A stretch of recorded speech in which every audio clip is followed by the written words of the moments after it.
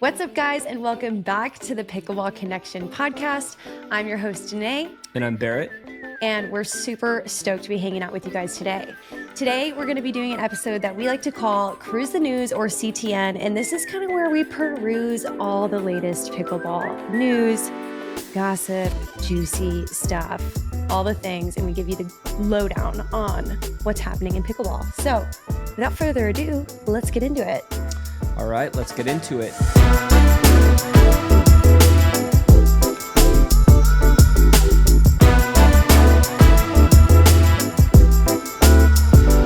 This is the moment we waited for. Everything you want is right here. We gon' give them what they came for. We gon' take it up from last year.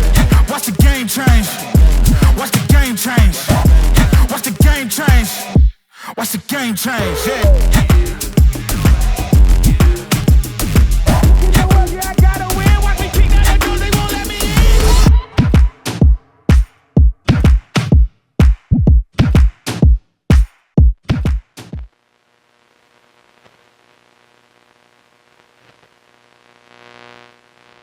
Today, guys, our first kind of subject or topic that we're going to go over, we're going to try to link this in the description, but you can go look on the Kitchen's Facebook page if you want to see.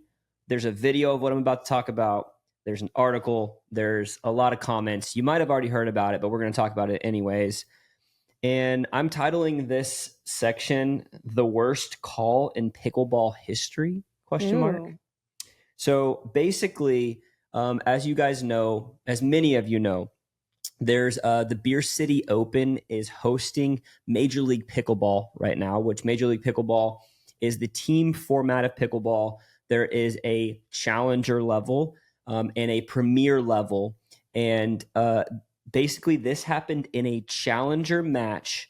I think it was 2 days ago. And what happened here was basically they had to move the matches inside because of weather. We've seen this happen on the PPA Tour before. They try to make last minute adjustments and they switch the venue, which they're trying to do the best they can. But when this happens, guys, they don't have the same camera setup and technology that they have outside. Mm-hmm. So in this particular game, the Florida Smash, we're playing the California Black Bears, and in the game, it's 17-17, so it's tied, okay? This is the fourth game of the series. If you're not familiar with how the series works, basically there is a men's doubles game, a women's doubles game, and then there's two mixed games. So that's a total of 4 games.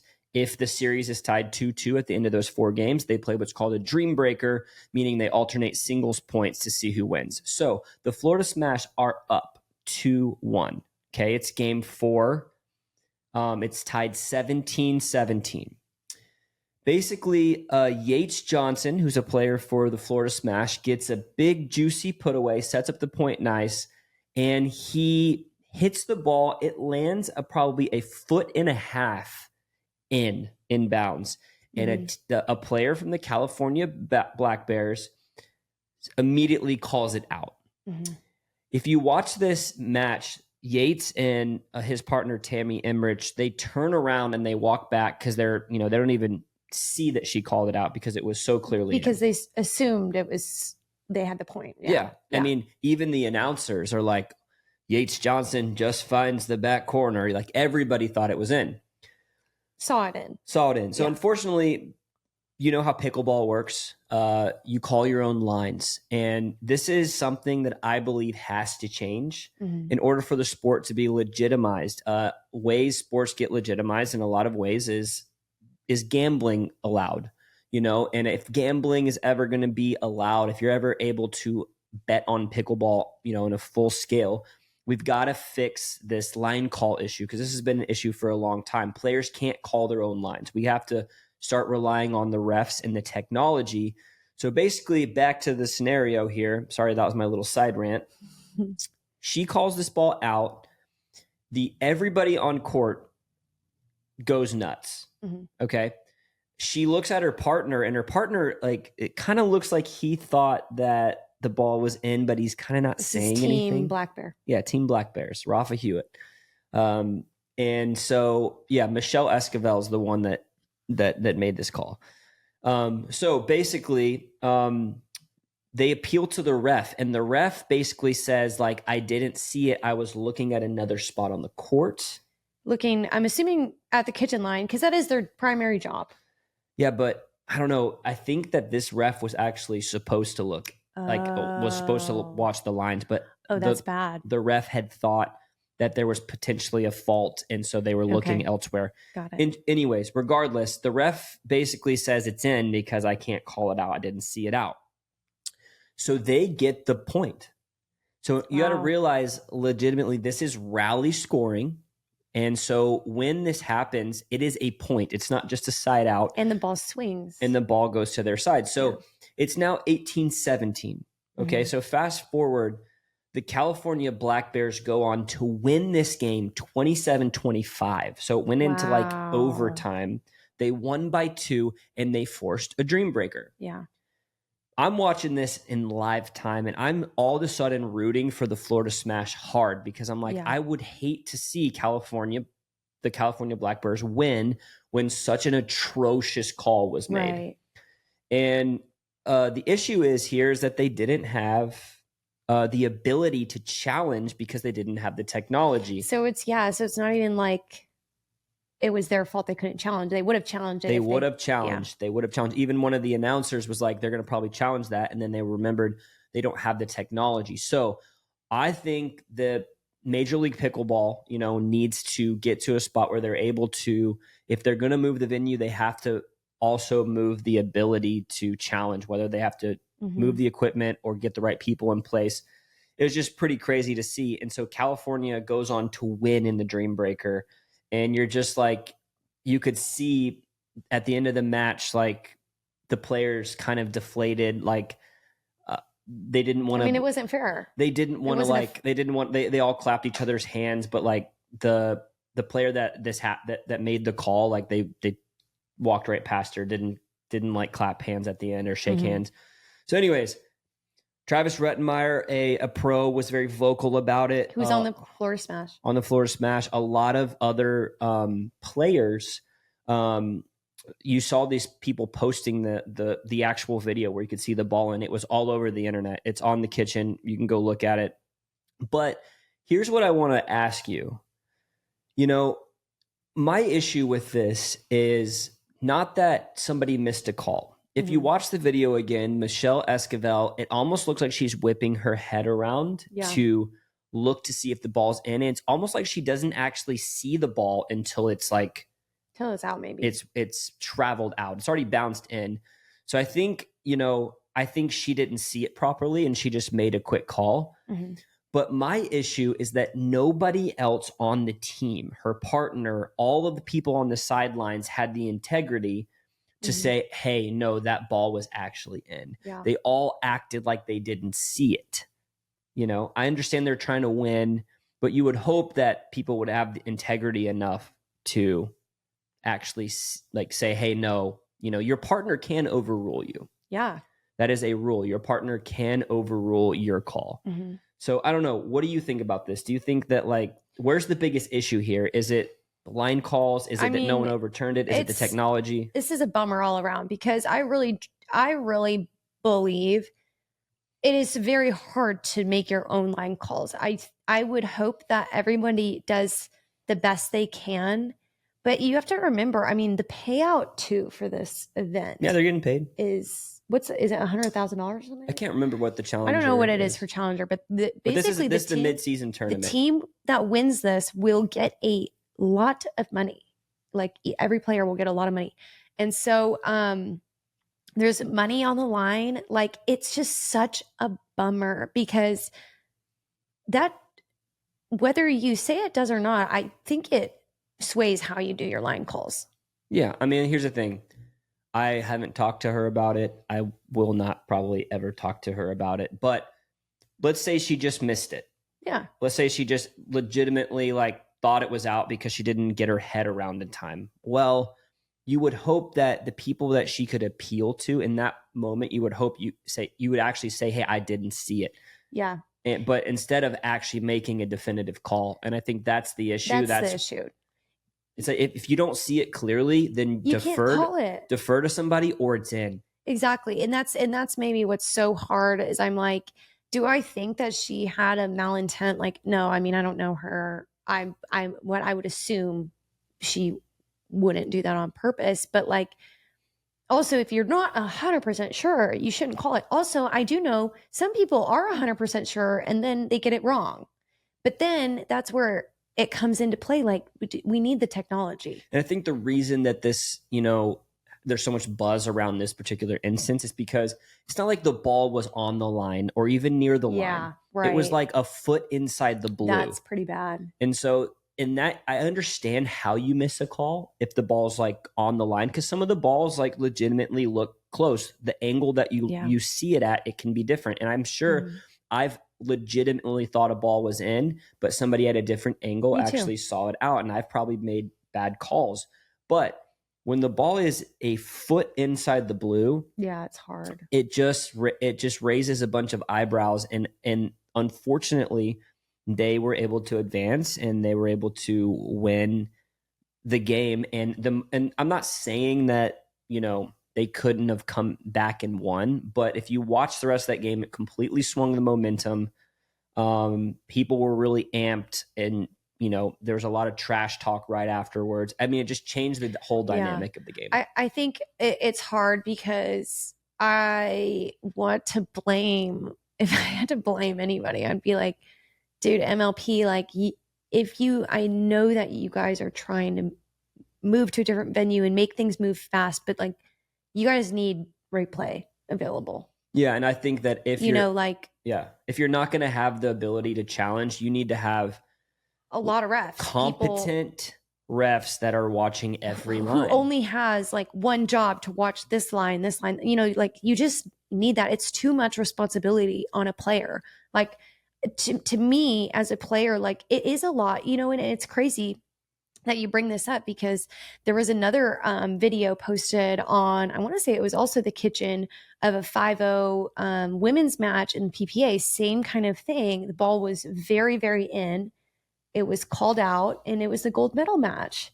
And I'm like, that just stinks. And like I said, I don't think it's necessarily the player's fault, but it's like it should not be on the players to have to play and call their own lines. Yeah, this has to be figured out. Like, my question is, I wonder, like, if in this instance, if this would have happened again. Obviously, I was watching this on YouTube in live time, so I know that they didn't have the ability to challenge. But how easy would it have been to take a timeout, get all 4 players, and grab someone's phone, rewind the YouTube live stream? You can clearly see it in, and if there's still dispute after you do that, then the call stands.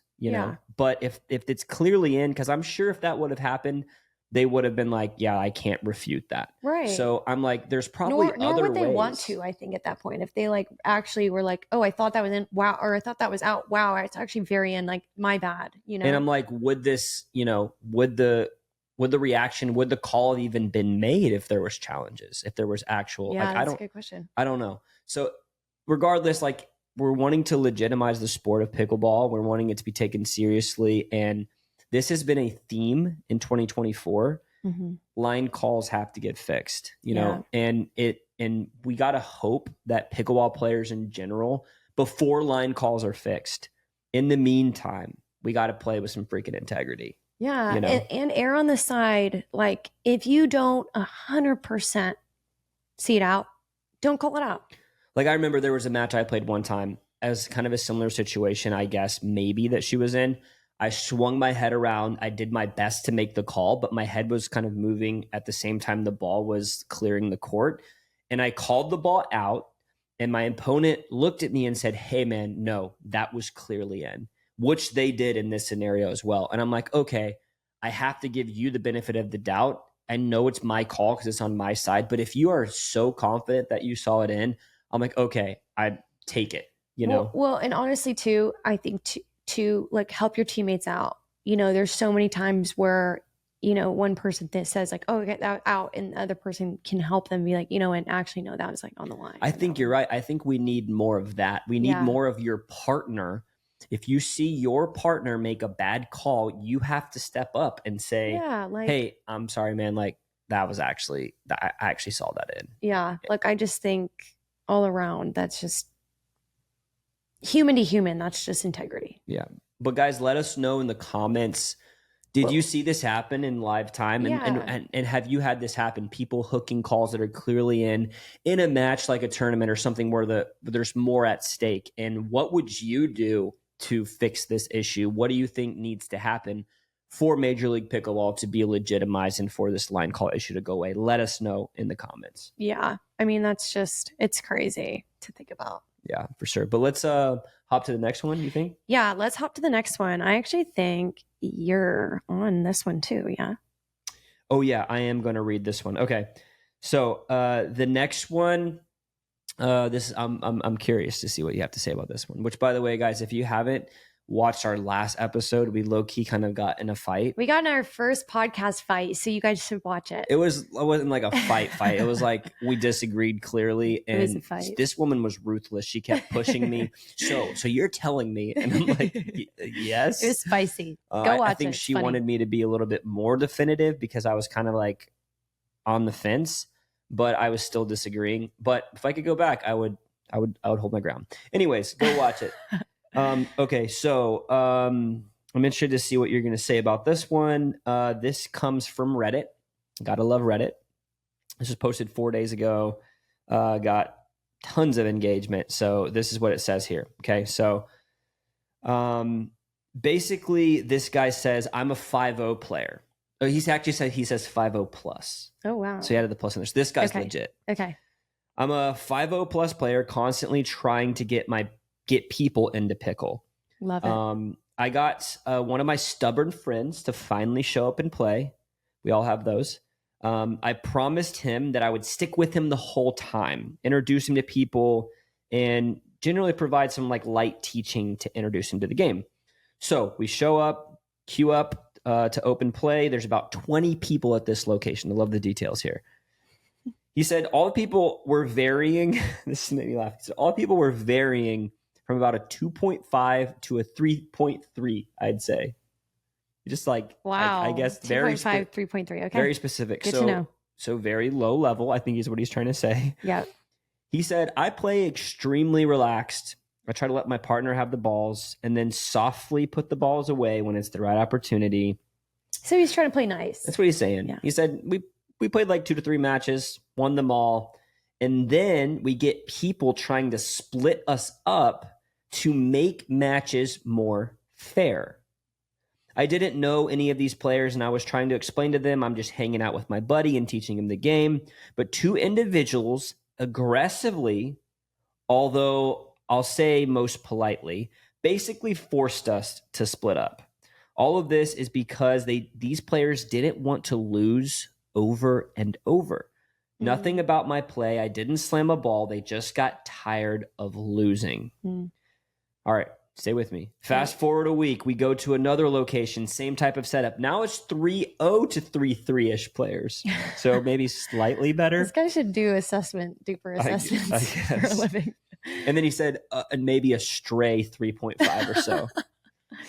Doing the exact same thing. He's hitting balls softly, keeping balls alive. 2 3.3-ish ladies are just are going over to my partner afterwards. They're trying to target my partner. They played hard. They tried to win. One of these ladies getting visibly woke that we pulled up ahead 10-7 or so. She actually started walking off the court.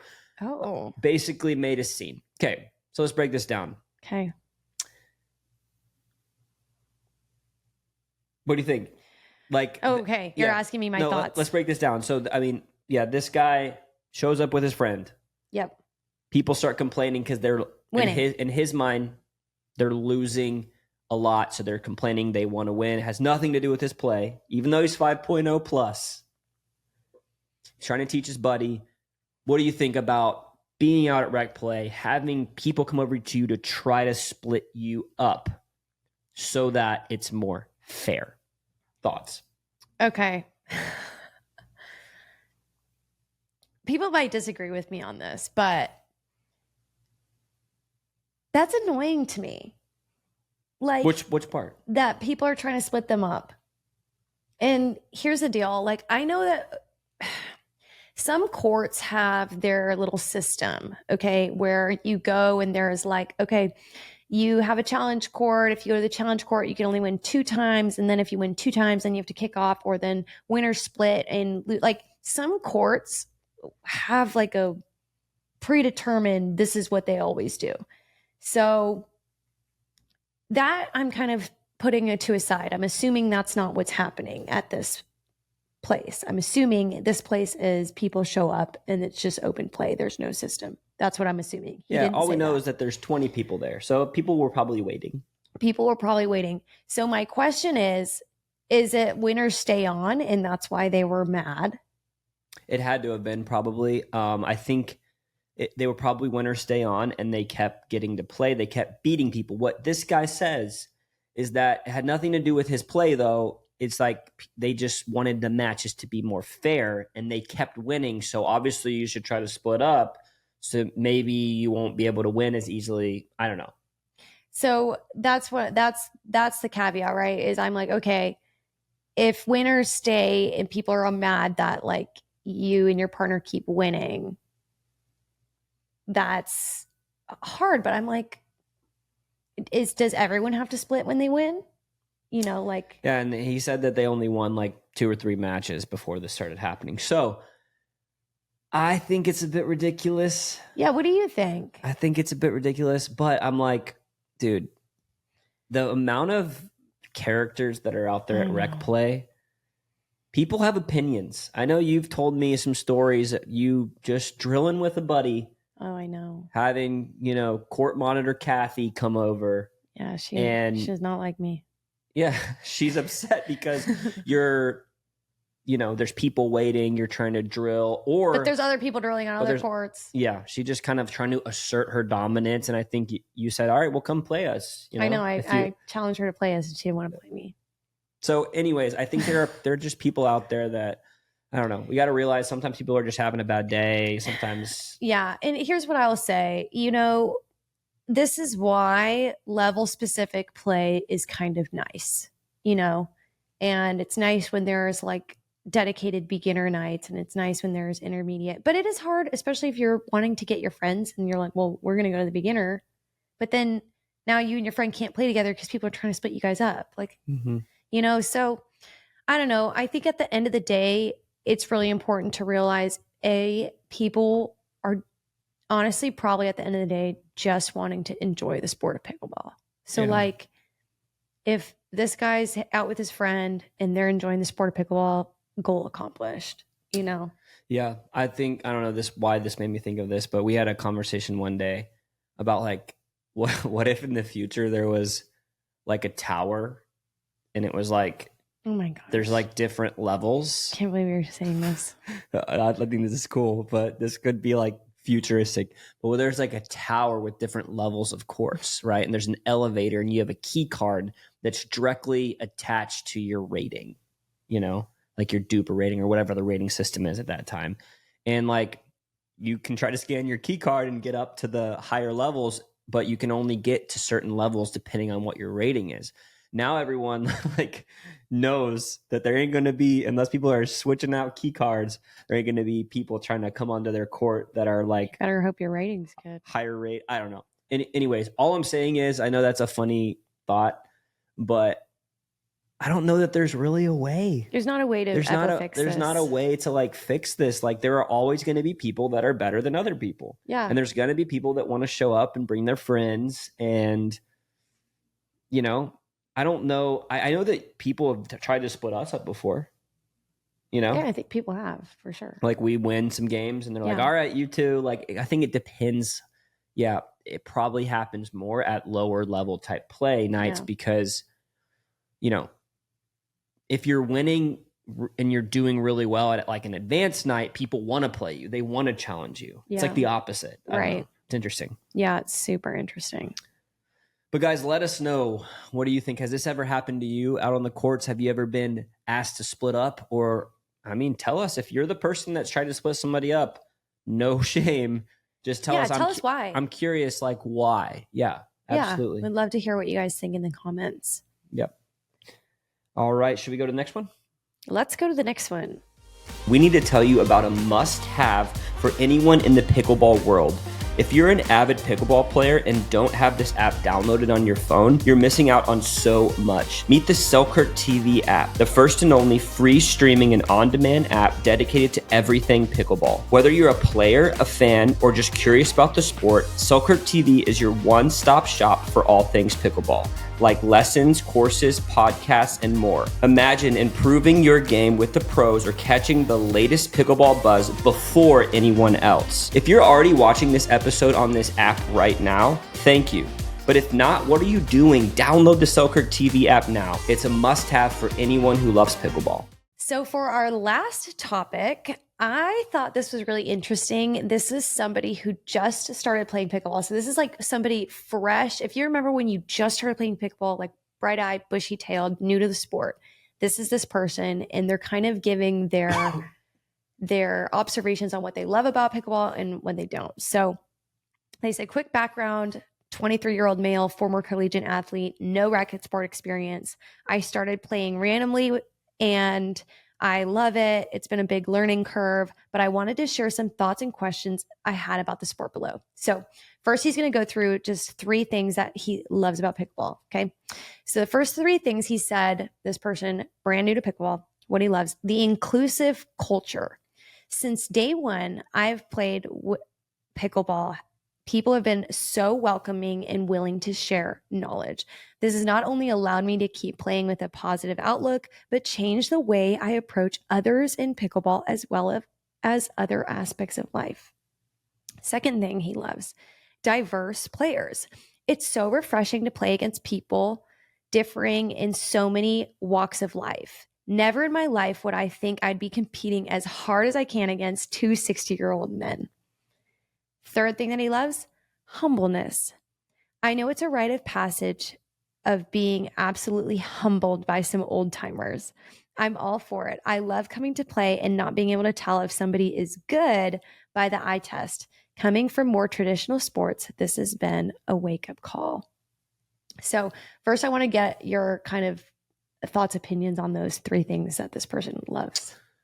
Yeah, I think I can agree with the diversity. I think when we first started playing together, there were, people that were a lot older than us. It was mostly older, yeah. And it put us, this is probably like 2019, right? So it put us around people that we wouldn't have normally been around. I also love it that you can be on the court and you could have a CEO of a company next to a janitor, and they're on the same team and they're competing. They both get off work and they have wildly different lives. These 2 probably wouldn't cross paths, and it puts you in front of people that you would normally not be able to have the privilege of meeting. And I think that that's partially due to obviously the reason the sport I think has grown so much is because there's such a small barrier to entry. There is a learning curve, but a lot of people can put a paddle in their hands and go out and find success and early on, and they keep coming back. And so I think that's what I would say that I agree with the most. One of the things I love is that just the melting pot of ages, demographics, different types of people. And I think pickleball is such an amazing sport for that reason. Yeah, that's definitely one of my favorite things about pickleball for me has been I'm friends and I became friends with people I don't think I'd ever see in any other area of my life. And what's really special is, these people intergenerational, like we're in totally different generations. I'm like, man, like if I called them, they would be there for me in a minute. Like they just have become such great friends. And it's been one of my favorite things about pickleball is definitely the diversity, the very inclusive culture. Like this person was saying, people really were, if I remember correctly, just so welcoming when I came in. I had no idea what I was doing. I couldn't come from a racket sport, and I had so many people help. And do you remember our first coach, John? Oh, I love Coach John. He was this older, maybe in his 70s. He wore what was that outfit he wore? He had the hat with flaps. And like a beehive out. Like he kind of looked like one of those beekeepers, you know. He had like long sleeves. He had he was protecting his precious old skin from the sun. But I remember one of the things John told me, dude. I remember it to this day. First off, he told us to go to the dollar store and buy a notebook, and he said you want to write down what happens in all your matches, and it's going to be your pickleball notebook. Yeah, I don't think we ever did that, but we did show up with him to drill with him at like 7 a.m. and this is like right when we first started playing, he whooped up on us. Yeah, he was good. But one of the things John told me, I'll never forget it. He said, you know, one of the first things they teach you is to keep your eye on the ball. And one of the first things you forget is to keep your eye on the ball. Dude, he was the best. I was like, that's good. It's so true. But people like lift their head up. They don't watch the ball hit the paddle, you know? But it was crazy because I was like, man, like he doesn't even like know us super well, but he's so willing to like literally wake up early, go meet us at the courts and like teach us how to hit a drop shot. Like it was just, he like put cones out. Yeah, and stuff, it was so nice. And I was like, he prayed with us after. Remember, he prayed for us. He blessed us. He's like, can I bless you? I was like, sure. Literally, he was, and I'll never forget him. He was one of the kindest, nicest people. And, you know, the thing is, John, there was a lot of Johns for me in pickleball. And so, you know, that's just, I totally agree with what this person said. So I would love to know what you guys think about these 3 things that this person said they loved about pickleball. And if you feel like you've experienced that, or if you have a Coach John or someone like that. Now, it doesn't end here, though. They also talked about things they didn't like about pickleball. Again, being 3 months in, super fresh. So these are the 3 things that they don't love about pickleball. Hit me. First one, duper. Classic. I still can't wrap my head around this duper thing. I hear people all the time mention being a 4.0, a 5.5, and I think it's hilarious. I get that people are using ratings for competitive play, but some people enjoy their rating rather than playing the sport itself. That's funny. Yeah, I do actually think it's hilarious. There are some people that just love to rating drop, like they kind of slip their rating into a conversation. It's funny. Dude, yeah, it's funny that he said this because I was like, dude, people do get kind of married to their rating. I think we need a good rating system in the sport to legitimize it, but they're doing their best, and I think that they're, you know, it's getting better and better, and I think hats off to them. But I think it's funny to hear people that are little rating obsessed. Yeah, and it's not the rating's fault. It's the type of people, right? Like it's a person for like flaunting it around. It's just kind of funny. Okay, so that's one thing. The second thing, this one made me laugh. This person said, the pickleball hate. I don't really get all the hate that pickleball gets. People mainly on only social media will post thousands of comments just hating on pickleball. It's true. And I'm not sure if they're tennis players or what, but it's very interesting. It is true. Dude. Guys, we manage and help run and create some content for playpickleball.com. If you need a good resource for like beginner to intermediate videos, there's a video that comes out every Wednesday. So go subscribe to the playpickleball.com YouTube channel. But what's funny is managing this, we get to see some of the comments that come in, and we have like a couple videos. There's like an OG video that was posted 9 years ago. One of the first videos out there we didn't make before. It was before obviously we came on, but it's like how to play pickleball. And there's one on like what is pickleball, learn about pickleball, and some of the first videos out there on the internet. And so they have millions of views, and it is still to this day, these are like 9-10 years ago, they get people posting, this isn't a real sport. It's just like tennis, but worse. This is for unathletic people. Like people go in still like daily. There are comments. If you want some like comedic relief for your day, go look at the comments of like these how to play pickleball videos, because people go off, they bag the sport. And a lot of people, it's actually, I think it's hilarious. I know exactly what this guy's talking about. And it's crazy because I think this is such a thing. People love to hate on pickleball. People love to hate on people, on everything. It's crazy. You know, I also do some social media and pickleball, all things pickleball. Go check it out. But the comments I get are hysterical. People are like, my 3-year-old could do this and go pro. And I'm like, you've obviously never played. I'm like, please send me your 3-year-old. I promise I dominate them. Like, it's just like crazy what people say, but people love to hate on pickleball, and I don't get why. I know exactly what this guy means. It's interesting. I think it's very much a true thing. I think 99% of them have never played. Oh, I can promise you they've never played, and it makes me sad because I'm like, man, if you tried it, you would get it. It makes me like really proud of people like the guy that I read in our previous segment on this show, the guy that's like out there trying to recruit his friends. Those are the opposite people, the diehards. I'm trying to go convert all of these people that don't believe in the sport yet to come play. Those are my people. These people, I'm like, dude, you've never played before. You never play. I agree. It's definitely a thing. What was the next one? Hate. All right, this is the last one. Yeah. Last one that this guy says, paddles. He says, you can argue with me, but I truly believe having a better paddle allows for your game to improve tremendously. I upgraded from a $20 paddle to a $150 paddle, and it was like night and day. So let me ask you this. Do you believe that having a more expensive high-end paddle makes a difference in your game? 100%. I didn't even finish asking the question you answered. I would say that you rewind the sport 5 years ago, the difference between a cheap paddle and an expensive paddle wasn't as much. But today, there are galaxies in between a wooden paddle and a high-end Selkirk paddle. No, I'm just kidding. 1,000% though. But yeah, a high-end, fill in the blank, whatever company you choose to play with. There are hundreds of paddles, hundreds of companies out there. A lot of them make really good products. Some of them we're a little bit biased. We love playing with Selkirk paddles.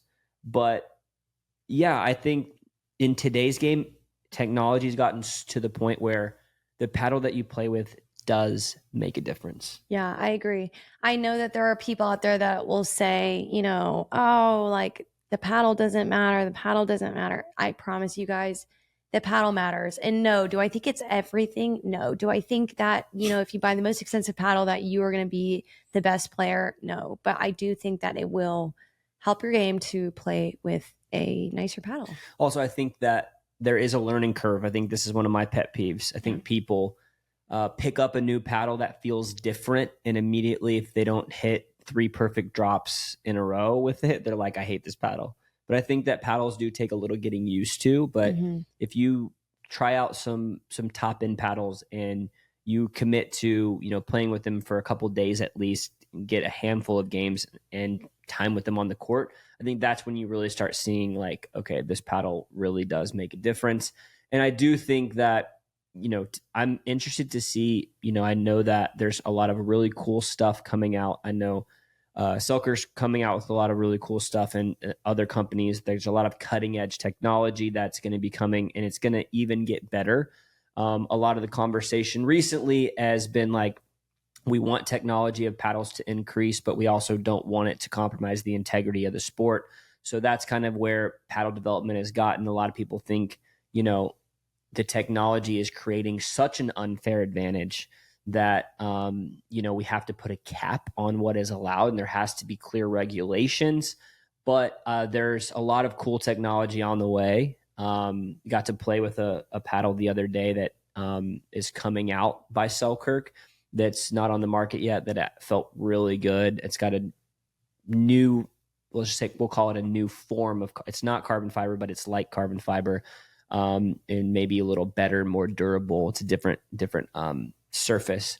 But there's a lot of really cool stuff coming out, and I think that the issue is that it's the opposite of what this guy's saying, like, does it matter? Or he said it does matter. Yeah, he said it matters. So he's so right, and I think it only is going to matter more and more. But 5 years ago, maybe not as much. Yeah. Nope. That's all I got. That's all you got? Well, guys, let us know in the comments if you have any questions that you want us to answer on the next show. We'd love to include a kind of a Q&A segment. I know we've answered a handful of your questions already. If you haven't yet like and subscribe to Selkirk TV. You can also find this podcast, the Pickleball Connection, on Spotify and other streaming platforms. So be sure to go give it a like and give it a share. Guys, thanks so much for tuning in, and we will catch you on the next one.